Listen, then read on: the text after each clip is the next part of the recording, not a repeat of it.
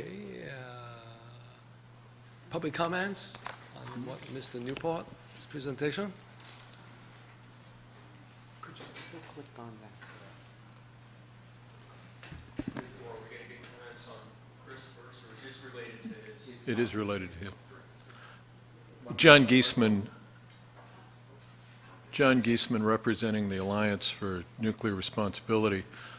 I had a chart that I wanted to share with Mr. Newport, who I think has probably seen it, and the committee, who I presume has seen it. This is page 70 from the NRC's approval in late December of PG&E's SHAC submittal and the various responses that PG&E provided to requests for information from the NRC. And that, the two top lines, the red line and the black dashed line, represent the ground motion response spectrum that the NRC has approved. I believe that the relevant one is the red line because it represents the changes that the NRC staff asked. The green dashed line is the safe shutdown earthquake. And as you will see across all spectra, with the limited exception at 10 hertz, the ground motion response spectra exceeds the safe shutdown earthquake. In some instances, around the 1 to 10 area in particular, pretty substantially. Now, this is the point. Actually, it's quite a bit broader and deeper than the point that Dr. Peck made, but the morning after the San Bruno earthquake, Mr. Newport, one of your predecessors, Dr. Michael Peck, I said the San Bruno accident because the morning after that occurred, Dr. Peck informed PG&E that it was his belief that PG&E's assessment of the shoreline fault actually resulted in ground motions that would be about 70% above the safe shutdown earthquake requirement. And if you look at roughly the 2 hertz level, you'll see that that's a lot more than 70%. It's closer to 100, 110%. That was 6.5 years ago. And Dr. Peck went through the non-concurrence process and the DPO process, and I don't want to address the merits of how those were resolved. They were resolved against Dr. Peck, but PG&E had initially determined that the smart thing to do here was to amend the license and change the safe shutdown earthquake. And ultimately, the NRC staff in 2014 said, no, we're not going to allow you to do that. In the entire history of the commercial nuclear power industry in the United States, we've never changed a plant's safe shutdown earthquake. So we're going to ask you in your SHAC process to evaluate whether the ground motion response spectrum exceeds the safe shutdown earthquake. And as this committee knows, my client for a number of years has brought concerns to your attention about the way PG&E has done its seismic analysis, but let's set those all aside. Let's accept the ground motion response spectrum that PG&E has calculated, and the NRC has approved, and here we are in wild exceedance of the safe shutdown earthquake. So, Mr. Newport, as the eyes and ears of the NRC, 6.5 years after your predecessor brought it to PG&E's attention, I, on behalf of my client, want to bring it to the NRC's attention and this committee's attention. Once again, you've got a safe shutdown earthquake specification. You've now been told by the NRC staff that the approved ground motion response spectrum is wildly in excess of that safe shutdown earthquake. What are you going to do? So, Mr. Giesman, your remarks are addressed to both Mr. Newport and to the committee. Yes. Okay, okay, thank you. Okay, sure. Well, Chris can say what he wants after me. But I'm in the thick of that, and I'll try to explain what's going on. The NRC in the year after Fukushima published a report about their understanding of the ground motion response spectrum at every site in the East. And at every site in the East. And for about 20 of those sites, there are about 60 sites in the East, for about 20 of those sites, the current understanding of the ground motion in the East exceeded what had been the safe shutdown earthquake for the design in those plants. And for every one of those plants, this is in the East, it's not Diablo. For every one of those plants, as part of the response to the Fukushima issue number 2.1, each of those plants was ordered to do a full seismic PRA. And they're underway now. Some of them have been submitted, a few have been submitted, and the rest of them are underway now. For Diablo, and this was right after Fukushima, they also ordered Palo Verde and the Columbia plant in Washington. They're the 3 plants in the West. They ordered each of those to do a shack process 2. And when they ordered that in 2012, or maybe, I think it was 2012, Diablo had already begun that process a half a year before. Maybe it was 2013 by the time that order, I don't remember the chronology, but anyway. And so the NRC did a preliminary review of the seismic hazard at the site, there are 2 reports that were issued by the NRC. One of them was a so-called research information letter, or RIL, and there was another one. And they concluded that they wanted to ask PG&E to do a risk assessment also required under this post-Fukushima 2.1 generic letter, and report back to them by, I think it's the fall of 2017, so half a year away. And they're on that schedule, and we've been reviewing it, and we're looking at it. PG&E is doing overall seismic risk assessment based on that GMRS. And we're going to know their conclusions in a half a year or so. And then we're going to review them, which is probably going to be me more than the others, because that's what I do for a living, and the NRC is going to review them.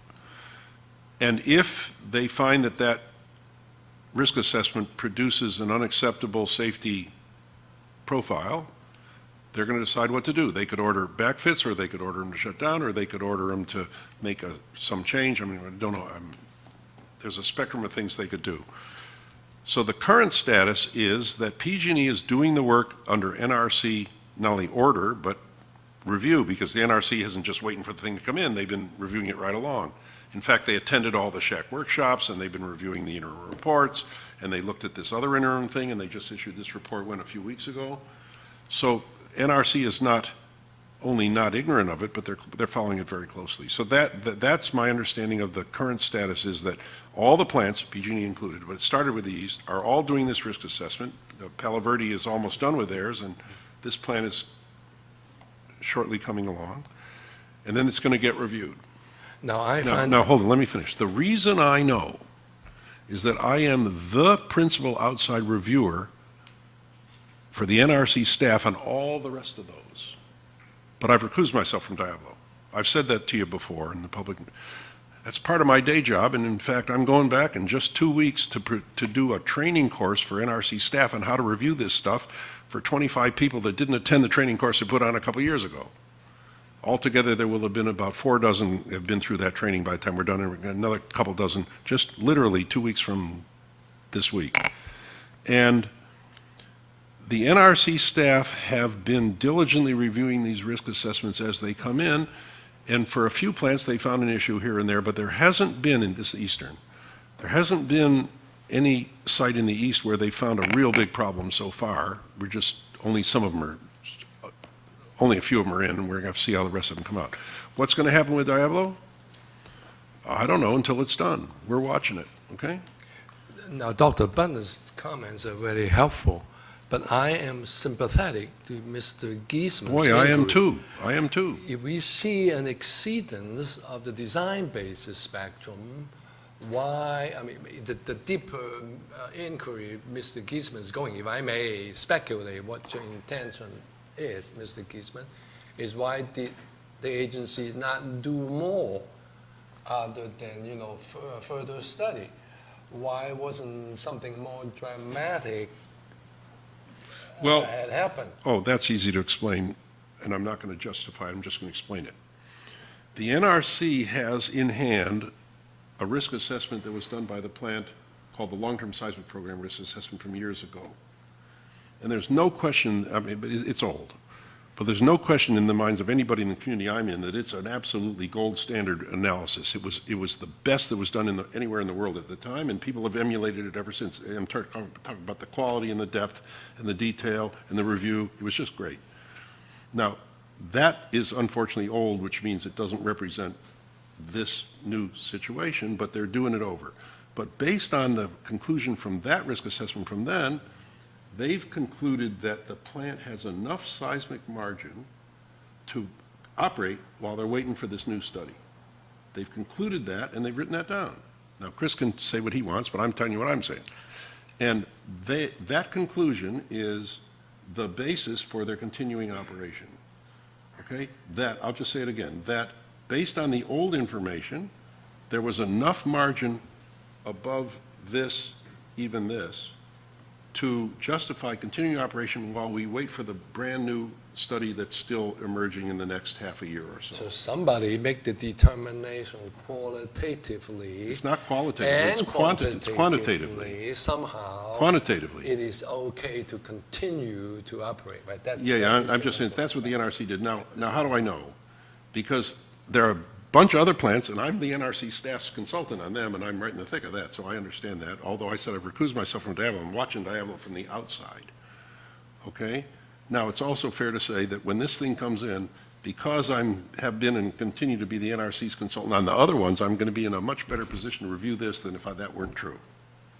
Okay? I mean, that's just how it is. How's this going to play out? Until we see that assessment, and we, the NRC, which isn't me, and we, the committee, which is me, is going to review it, and we'll see how it plays out.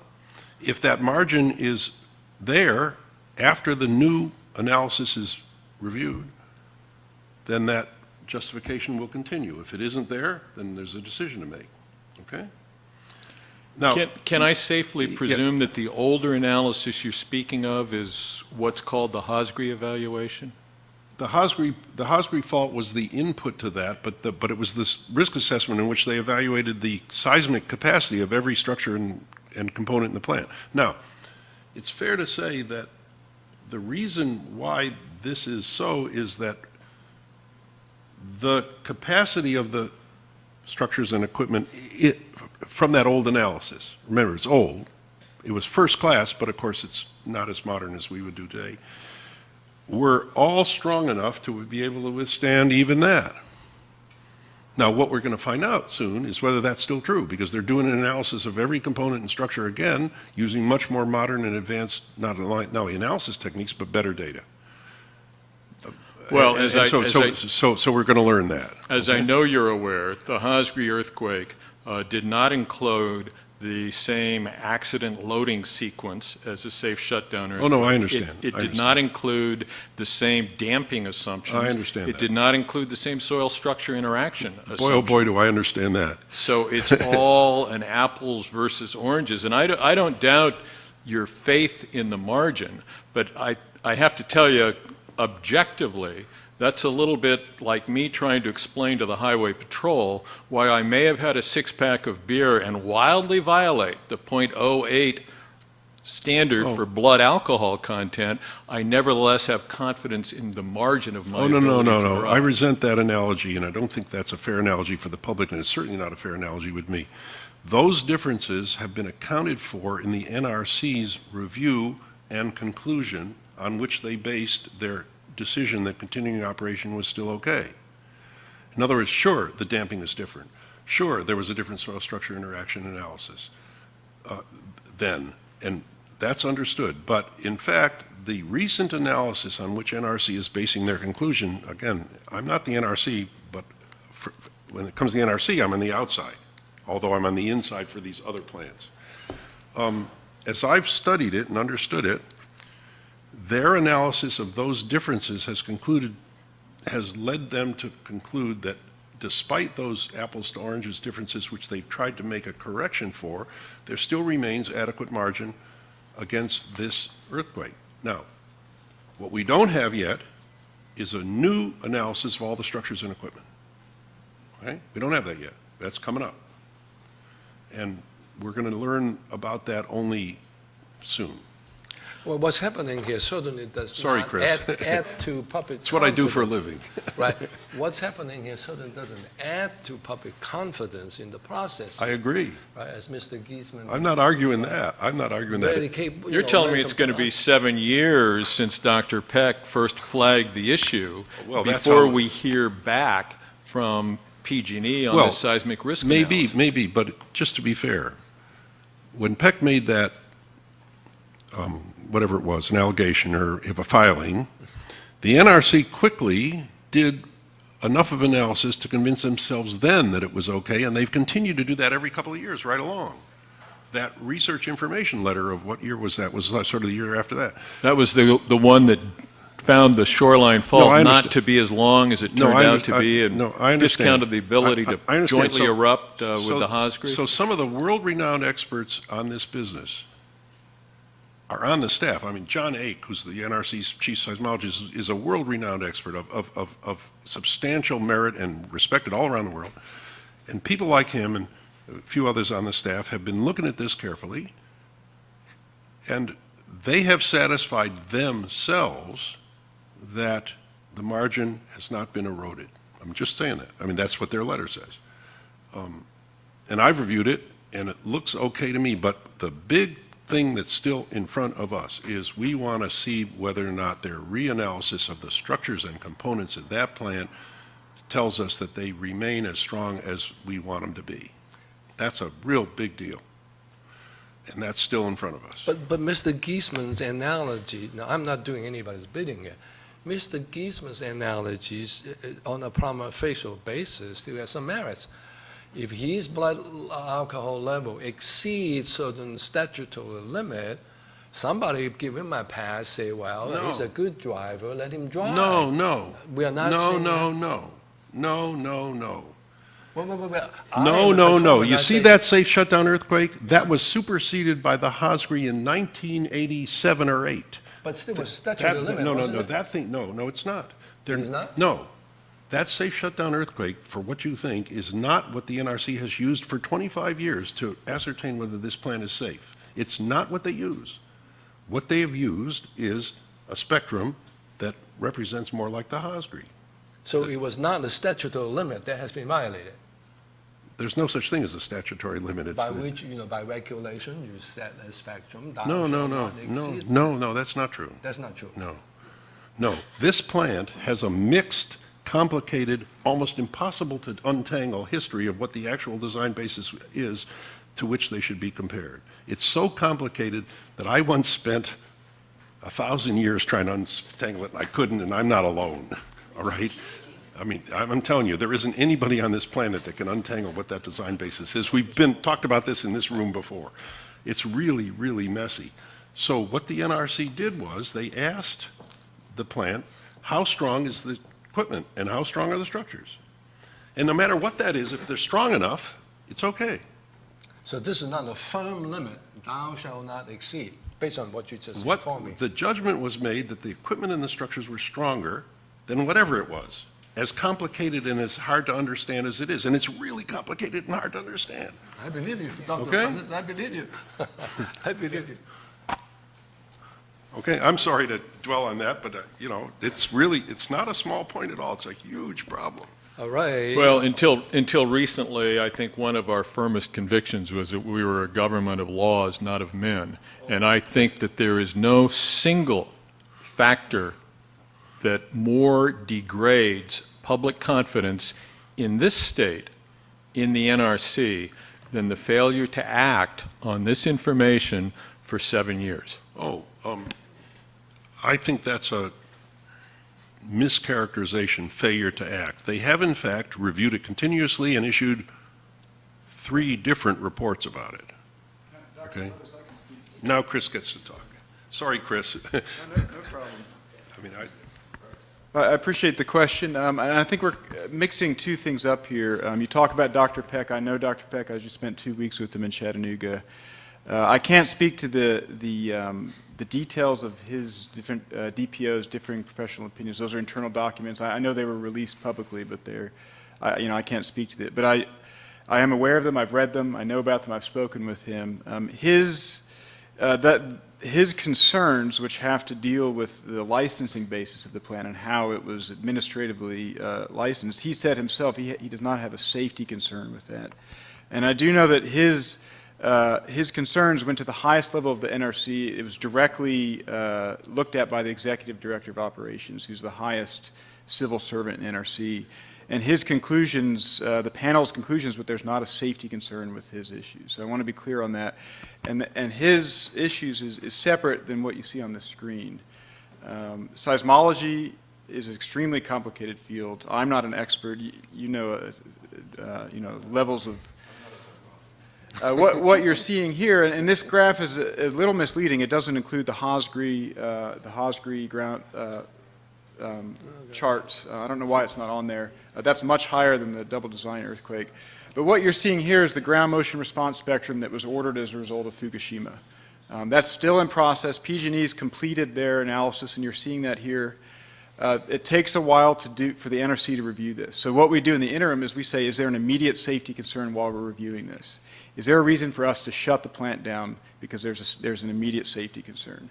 Because it takes time. This is an extremely complicated field of study. It takes time to review this. And we can't just arbitrarily shut down every plant in the country while we're reviewing this. So what we do is we look at their responses, we look at their initial inputs, and we say, do we have an immediate safety concern? Do we have a reason to shut the plant down today? And the experts, I'm not the person who reviews this. I don't have the expertise to review this. But our experts that we have at headquarters, including we hire consultants, and a lot of times if we don't have the expertise, have determined that in the interim, while we're doing our formal review, there is not an immediate safety concern. We do not see a reason to shut the plant down. So I just want to be clear, we are looking at this. We're looking at this very seriously, and that's how our process works. And right now, we've received their input. We've provided our initial response that we don't see an immediate safety concern. And as Dr. Budnitz says, now we're in our longer-term review, seeing if there is an erosion of margin, and if there is, how we get that back. That's all I wanted to add on that. The only thing I'd add is that's not my chart, that's the NRC's chart. And if the safe shutdown earthquake standard is not especially relevant, why did the NRC direct PG&E to evaluate it against the ground motion response spectrum? I can't speak for that, but in fact, it is a fact that the SSE hasn't been the standard against which the plan has been reviewed for 25 years. One of the problems that my client has with that explanation, Dr. Budnitz, is it's never formally written out anywhere. That's part of the code of silence that appears to operate within the NRC, but it's never publicly disseminated that we've abandoned the safe shutdown earthquake standard. If you read I've read them all. No, if you read the 1988 or 89 NRC conclusion and finding about the long-term seismic programs analysis, it goes back to 88 maybe, I'm not sure, maybe it's 89. They accepted the long-term seismic program risk assessment as an acceptable demonstration that the plan had enough margin. Before the Hosgri. No, the Hosgri was included in that. Oh, of course it was before the It shoreline. was before the joint rupture scenarios. No, but it was, well, I'm just saying at the time they accepted that. So it's not as if the NRC has never said that. The NRC said in writing that their figure of merit for that, this is back in 1980, I don't remember the year, Well, the like conclusion that was older than those tires that you've was got that the on your Hosby diesel. fault, and the SSE was the figure of merit to which they were comparing it, I could add something else too. okay? And not the SSE.